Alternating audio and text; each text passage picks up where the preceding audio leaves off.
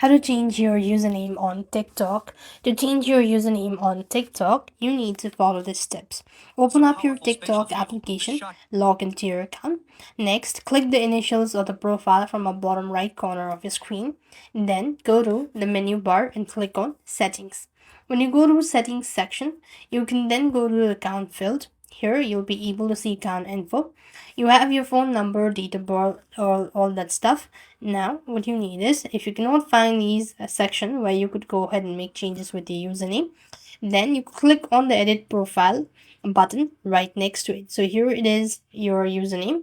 Now, I cannot change my username since I've changed it last time, so I have to wait for at least 1 month. And then you go to make changes, click on the save button at the top right hand side corner of your screen. Now you can only change a username so once every 30 days, and the new username must be unique and available as well. And this way you'll be able to change your username on TikTok. I hope the video was helpful. Make sure to like, share and subscribe. Thank you for watching. See you in the next video.